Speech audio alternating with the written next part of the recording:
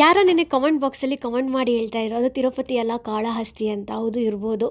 ನಾನು ಒಂದೇ ಒಂದು ಸಲ ಹೋಗಿರೋದು ಕಾಳಹಸ್ತಿಗೆ, ಹಾಗಾಗಿ ಗೊತ್ತಿಲ್ಲ. ಬಟ್ ತಿರುಪತಿಗೆ ಹೋಗಿದ್ದು ಸತ್ಯ ಅವರು. ಅಲ್ಲಿಂದ ಅದಾದಮೇಲೆ ಕಾಳಹಸ್ತಿಗೂ ಕೂಡ ಹೋಗಿದ್ದಾರೆ ಅಂತ ಅನಿಸುತ್ತೆ. ಅದರ ದೃಶ್ಯಾವಳಿಗಳನ್ನ ನೀವು ನೋಡ್ತಾ ಇದ್ದೀರಾ. ನನಗೆ ತೆಲುಗು ಅಷ್ಟೊಂದು ಬರಲ್ಲ, ಬಟ್ ಯಾವುದೋ ತೆಲುಗು ಚಾನಲ್ಗೆ ದರ್ಶನ್ ಅವರು ಒಂದು ರಿಯಾಕ್ಷನ್ ಕೊಟ್ಟಿದ್ದಾರೆ. ಅದರಲ್ಲಿ ಏನು ಹೇಳಿದ್ರು ಅಂದರೆ, ಕಾಟೇರ ಸಕ್ಸಸ್ ಆಯಿತು, ಹಾಗಾಗಿ ಥ್ಯಾಂಕ್ ಮಾಡೋಣ ಅಂತ ತಿರುಪತಿಗೆ ಬಂದಿದ್ದೀವಿ ಅಂತ ಏನೋ ಹೇಳ್ತಾರೆ ದರ್ಶನ್ ಅವರು.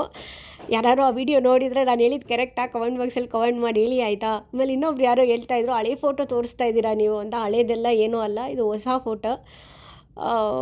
ಹಳೇದೆಲ್ಲ ನಾನು ಯಾಕೆ ತೋರಿಸ್ನಾ, ಹಳೇದು ಹಾಕಿದ್ರು ಹೇಳ್ತೀನಿ ಇದು ಹಳೇದೆ ಅಂತಲೇ. ಆಮೇಲೆ ನಿನ್ನೆ ವಿಡಿಯೋ ನೋಡಿ ಸಖತ್ ಖುಷಿ ಪಡ್ತಿದ್ರು ಫ್ಯಾನ್ಸು ದರ್ಶನ್ ಅವ್ರನ್ನ ದೇವಸ್ಥಾನದಲ್ಲಿ ಅವ್ರ ಕುಟುಂಬದವರ ಜೊತೆ. ಐ ಹೋಪ್ ಈ ವಿಡಿಯೋನು ನಿಮ್ಗಷ್ಟೇ ಇಷ್ಟ ಆಗಿರುತ್ತೆ ಅಂತ ಭಾವಿಸ್ತೀನಿ. ಆ್ಯಕ್ಚುಲಿ ನಿನ್ನೆ ಒಂದು ಒಳ್ಳೆ ದಿನ ಆಯಿತಾ. ಮೌನಿ ಅಮಾವಾಸ್ಯೆ ಅಂತ ಹೇಳ್ತಾರೆ. ಇವರು ಯಾರಪ್ಪ ಋಷಿ ಮುನಿಗಳು ಎಸ್ಪೆಷಲಿ ಈ ದಿನಕ್ಕೋಸ್ಕರ ಕಾಯ್ಕೊಂಡು ಸಾಧನೆ ಮಾಡ್ತಾಯಿದ್ರಂತೆ. ಅಷ್ಟು ಒಳ್ಳೆ ದಿನ ನೆನ್ನೆ. ಎನಿವೇ ಇಷ್ಟ ಆದರೆ ಲೈಕ್ ಮಾಡಿ, ಮ್ಯಾಕ್ಸಿಮಮ್ ಶೇರ್ ಮಾಡಿ. Thank you, love you all, bye.